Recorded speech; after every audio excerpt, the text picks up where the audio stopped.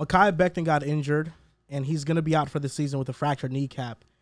Last year, he played one game, was out for the season with a knee injury. Now this year, before playing a game, he's already out for the season with a knee injury. 2 straight knee injuries for a guy that's, 6'7", 300 plus pounds.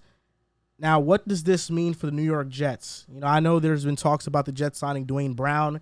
I don't know if that's going to happen, but this definitely puts a dent in their right tackle position. Now they're either starting Connor McDermott or somebody they just recently signed. Max so what Mitchell do you think apparently this does? is looking really good, 4th-round pick. Nice. First off, Mekhi, if you're listening, bro, I hope you get better. We're all fans of you. There's been a lot of bullshit out there, a lot of negative talk, but you came into training camp. You looked right. You were playing well, at practice, what I heard from beat reporters. So first off, everything, we hope you get right. Because his rookie season, when he was healthy, he was dominant. The Chargers game, when he was going up against Bosa and Melvin Ingram, sticks out where he really was able to hold his own. For the Jets and this season, I think above all else, this is just deflating. When this came onto my phone and I saw he's out for the year, this was just deflating news because everything up until this point has been positive news about the Jets. You have Zach Wilson having a great camp. You have Elijah Moore showing that he's going to be the number 1 wide receiver. You have Sauce, who has not had a bad day of practice. Everything about the Jets has been optimistic and positive. And also Breece Hall has been fantastic as well, even though it's just like the RB4. You have all this optimistic and positive news coming out of Jets camp. The first time maybe in my life that we've had, first time in the last 10 years that we've had an offensive line that has potential to be top 10 if Becton was healthy. Last year was still ranked top 15 even without Mekhi Becton. That was with Morgan Moses, who ended up going to Baltimore. Above all else, it's deflating. The next steps for the Jets, their backup tackle situation is terrifying. You have Connor McDermott, who got injured in the green and white game. I think it was a high ankle sprain. He's out for a couple weeks. You have Chuma Edoga, who was a draft pick by Mike McCagnon back in 2019 or so. He's not a starting tackle. Max Mitchell, as I mentioned, 4th-round pick. He was looked at as a developmental guy, but apparently in training camp he's a bit further along than a lot of people expected. There are some free agents out there: Eric Fisher, Dwayne Brown. Dwayne Brown worked out with the Jets, had a physical. That seems like the likely option because I don't think you could start Connor McDermott, and you're asking a lot of Max Mitchell to be the starting right tackle when you're looked at a developmental prospect. It's hard for the Jets. There's a lot of optimism. The season isn't over by any means, but more than anything, it's deflating. So, Mekhi, I hope you get better. 2023 season's around the corner, and hope you be the starting tackle for us. Well, it is disappointing that Mekhi Becton got hurt. I can't say I'm surprised by it, though. Dude. Damn. It's just me being honest. Dude, that's just not some, I can't say I'm surprised by it because we always knew that this was a risk with Mekhi Becton, him getting hurt. And ultimately, as much as optimistic as I wanted to be for him entering this season, there was always that concern that we still have to see if he's healthy. Whenever you talk with Jets fans, whenever you just talk about football in general, and you mention the Jets, we talk about the offensive line. Oh, they got Mekhi Becton back. Well, we got to wait and see because we have to see if he can stay on the field because there have been reports of him coming into camp out of shape, out of OTAs. Yes. So there was always a concern. Did he look out of shape to you? He did look out he of was shape good. to me. Training camp, he looked really training camp good. reports where he was good. This was a non-contact injury. I don't know if you guys saw the video. He got folded. He got folded? He was going up against somebody, and he kind of got pushed to the ground, he took a weird step. The video I saw, it was from a far angle. And it just looked like he fell down. There was 2 videos. There was one video of him kind of just jogging. You see him limping, but there's another video. It was the rear view of it. Pause. Of him kind of getting pushed by a defensive lineman. He took a weird tumble. His knee kind of buckled. Now, obviously, with that being said, despite what Drew said, that doesn't mean I don't wish Mekhi Becton gets better. I think he's gonna be okay. I didn't say it like that. I just mean it's not. Well, something I have to just clarify it. I'm not gonna hold my tongue just because it's a mean thing to do. It's ultimately that's what it is. Am I surprised that he got hurt? I'm not. He's been hurt, and this has been a thing that's been lingering on. With that being said, he says that he's gonna keep his head up, which it's good that he's in good spirits. But this doesn't look good. It's just the truth of it. He's a 6'7" guy who has gotten 2 straight knee injuries.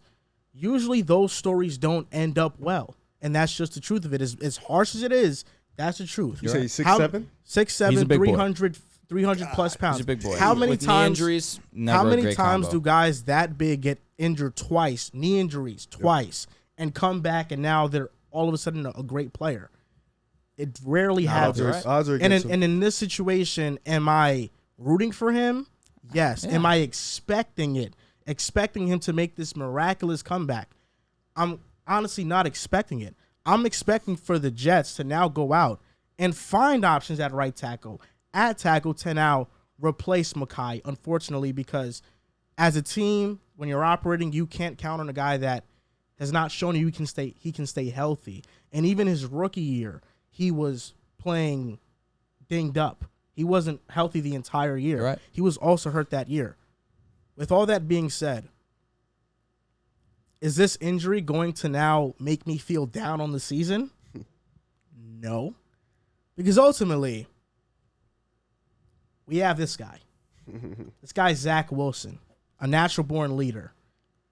And the Jets are still going to have a fantastic season. The New York Jets are going to double their win total. And I was looking forward to this second because I want to say this.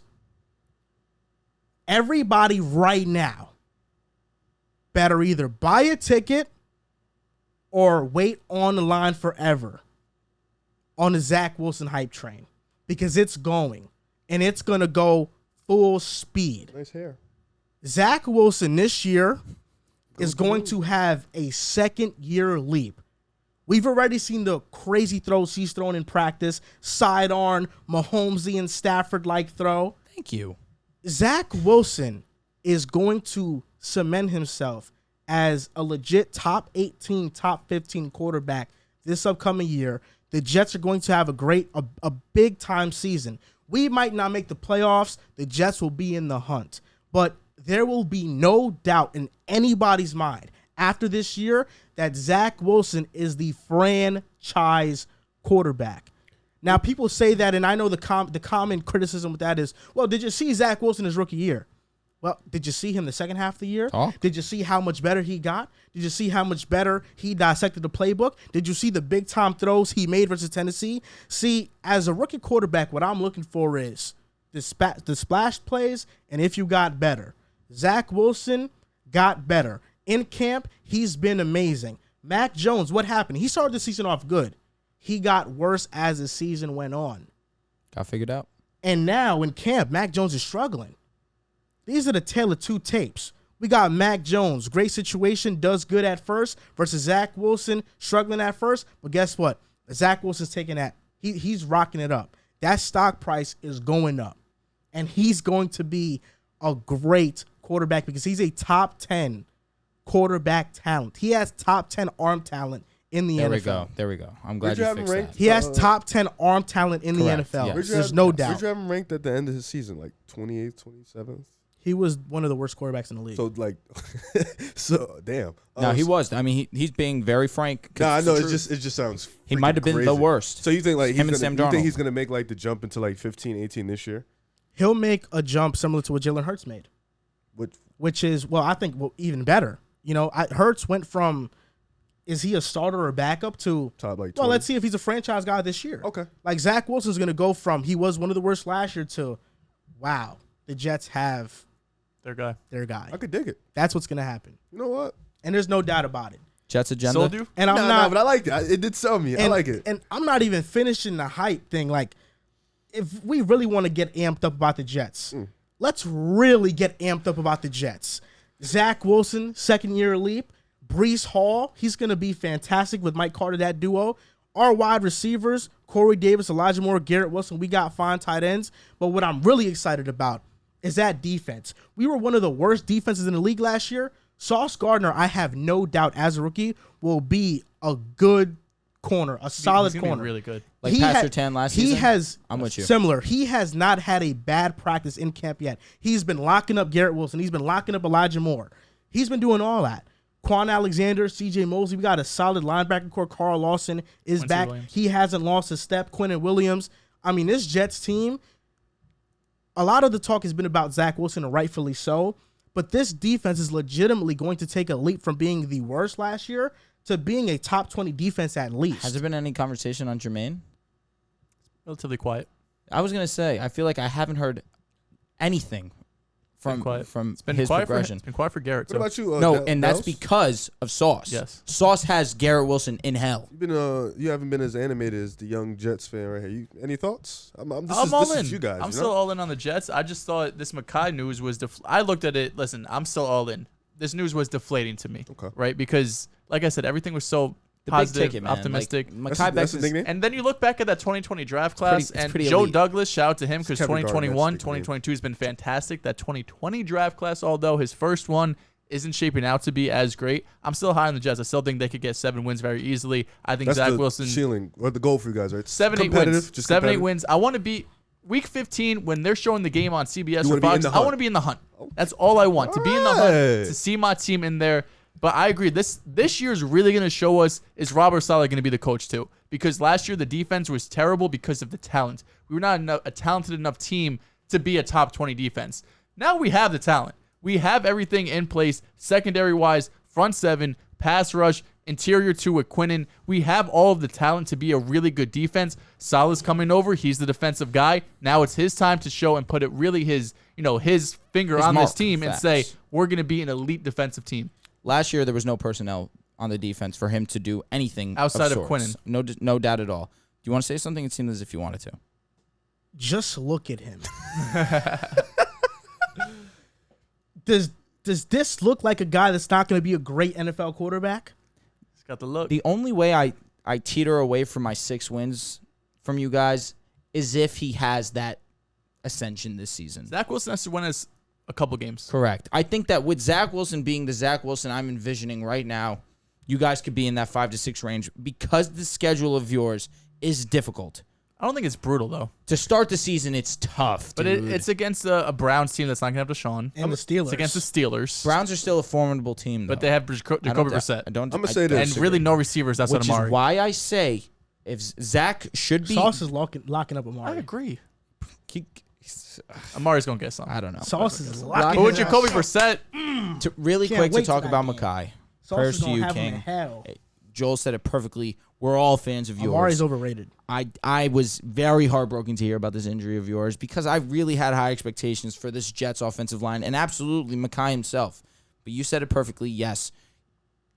The seeing it coming hurts because obviously you want to be optimistic. You want to manifest him being healthy, but it's been there. He's had the injury concerns. Like, I understand where you're coming from. We were a top 15 offensive line without him. Which is why I feel where you guys' optimism stems from. Yeah, that's Morgan true. Moses. If we ever start Connor McDermott, it's a big difference. Yeah. But if we sign Dwayne Brown, we're fine. I hope so. Mm-hmm. I hope so. It's possible. I really hope so. It's possibility. Because, listen, Dwayne Brown, I don't know if you listen to the show, but usually the best free agents aren't available in August. We also didn't have Laken Tomlinson. Agreed. Lincoln Thompson's going. And the important thing is that's not Zach Wilson's blind side. But also George Fant, historically, left tackle. I know, but historically he doesn't stay healthy. Okay, yeah, that's a big worry because if we were talking about earlier in the year that the Jets really don't have a lot of holes, but our backup tackle situation is frightening. I mean, let's be real though. A backup tackle usually never really is what you want it to be. It's not, but last year, you were last fortunate. year we went in with 3. Exactly. Mekhi, yeah. You were fortunate. But I say this, Jets outlook, there's things to be positive. There's things to be optimistic about for sure. What I'm not optimistic about is that Garrett Wilson is in absolute hell with Sauce Gardner, and that it seems as if he's lagging behind with this wide receiver room. You mentioned the 3 guys, Corey Davis, Elijah Moore, Garrett Wilson. He doesn't have to be the one this year. Braxton Berrios is going to be involved in this offense. I do firmly believe. Corey Davis is a 1,000-yard level receiver. I was going to say, he's a vet. He was on pace with it last year. I'm not saying you're wrong. I just Elijah think that Moore's that too. I saw with Zach Wilson and Braxton Berrios, where Zach Wilson was his most comfortable was when Braxton Berrios and him had a connection. I think that just that alone is going to lead for opportunity for Braxton Berrios to see some looks in the offense. It was also necessity. No doubt. I firmly believe that. But he's going to be more involved than I think that Jets fans believe or want to believe. You're saying that because Garrett Wilson's struggling? No, not necessarily just that. I just think that with the success, and I've been saying this pretty adamantly throughout the offseason as well, we've seen when we saw Zach Wilson have his most success last season was when Braxton Berrios was for sure. But throughout the last couple of games, Braxton Berrios was your best option. It's necessity, though. No, but I'm not saying you're wrong. for sure. Because I think I feel like you're hyping up They have a Braxton. connection. Well, you're a big Braxton Berrios fan. And I'm not saying that he's going to be a wide receiver 1, wide receiver 2. No, I just think that he's going to be involved in your offense and be that gadget guy for sure. And a Pro Bowl special teams kicker. Absolutely. I just worry about the schedule. And I think that you guys are taking steps in the right direction. It's not this year. Maybe the same way you view Braxton is like shoot. When Tim Patrick didn't get hurt, right? Your best receivers are Sutton, Judy, Patrick, and then Hamler's like the throw-in. That he can make an eventual big-time play. Like that's not at all how I saw it. That's Braxton for the Jets. But that's not at all how I saw it. But the depth is important. Because we don't want to go out there with Jeff Smith or, you know what I'm saying, starting receiver for us. Because I was very adamant of what I've said. Zach Wilson had success with Braxton. Yes, it was due to necessity because you guys were banged up for sure. But you want someone that Zach has already had success with in game. Braxton's that guy.